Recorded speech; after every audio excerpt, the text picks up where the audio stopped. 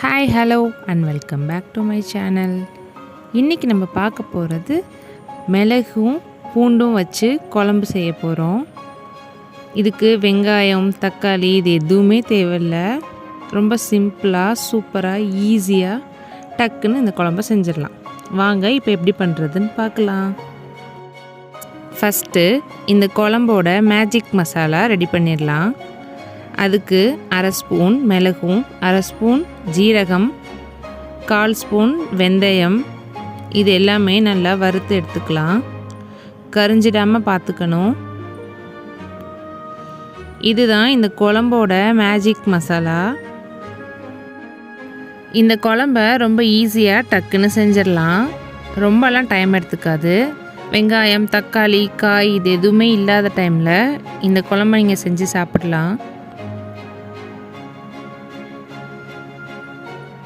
இது எல்லாமே நல்லா வறுபட்டாச்சு. இது ஒரு பாத்திரத்தில் மாற்றிக்கலாம். இப்போ அதே கடாயில் இந்த குழம்புக்கு தேவையான நல்லெண்ணெய் ஆட் பண்ணிக்கிறேன். 2 டேபிள் ஸ்பூன் நல்லெண்ணெய் ஆட் பண்ணுறேன். எண்ணெய் நல்லா ஹீட் ஆனதும் இதை தாளிக்கிறதுக்கு 2 காஞ்ச மிளகாய் ஆட் பண்ணுறேன்.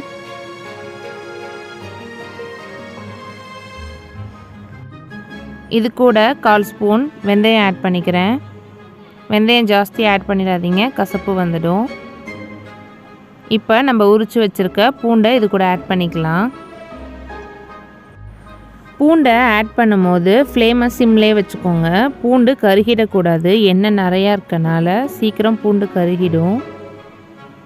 பூண்டு வேகிற வரைக்குமே அடுப்பை சிம்லே வச்சுக்கோங்க.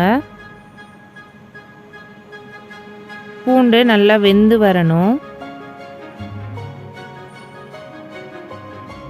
அப்பப்போ மிக்ஸ் பண்ணிகிட்டே இருங்க. பாருங்கள், பூண்டு ஓரளவுக்கு வெந்துருச்சு. இப்போ இந்த குழம்புக்கு தேவையான மசாலாலாம் நம்ம ஆட் பண்ணலாம். 1/4 ஸ்பூன் மஞ்சள் தூள், 1 ஸ்பூன் மிளகாத்தூள், 1/2 ஸ்பூன் மல்லித்தூள் ஆட் பண்ணிக்கலாம். அது கூட இந்த குழம்புக்கு தேவையான உப்பு ஆட் பண்ணிக்கலாம்.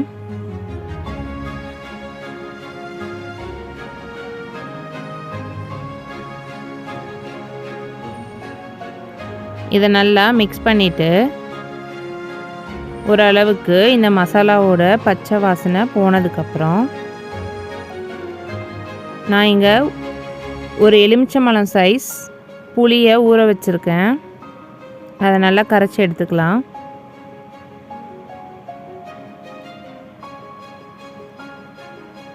இப்போ அந்த புளியோட தண்ணியை நான் ஆட் பண்ணிக்கிறேன். நான் இங்கே புளியை கொஞ்சம் திக்காகவே கரைச்சிருக்கேன். ரொம்ப தண்ணியாக கரைச்சிங்கன்னா உங்களுக்கு குழம்பு ரெடியாக ரொம்ப லேட் ஆகும். ஏன்னா அந்த தண்ணி எல்லாமே வற்றி வர்றதுக்கு ரொம்ப லேட் ஆகிடும். இதை நல்லா மிக்ஸ் பண்ணிவிட்டு ஒரு மூடி போட்டு மூடி வச்சுருங்க. இப்போ நீங்கள் மீடியம் ஃப்ளேமில் வச்சு இதை நல்லா கொதிக்க விடலாம்.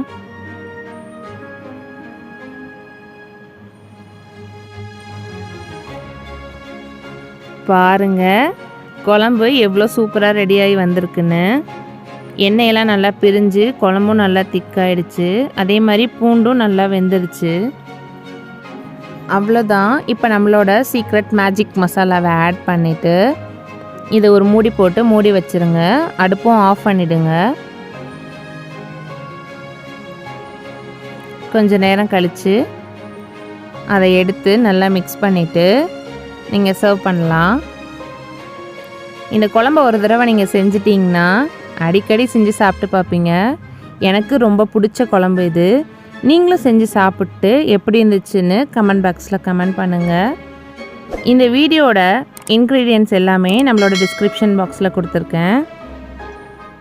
இந்த வீடியோ உங்களுக்கு பிடிச்சிருந்தா லைக் பண்ணுங்கள், ஷேர் பண்ணுங்கள், மறக்காமல் சப்ஸ்கிரைப் பண்ணிடுங்க. அடுத்த ஒரு நல்ல வீடியோவோட பார்க்கலாம். தேங்க்ஸ் ஃபார் வாட்சிங். Follow my Instagram and Facebook page.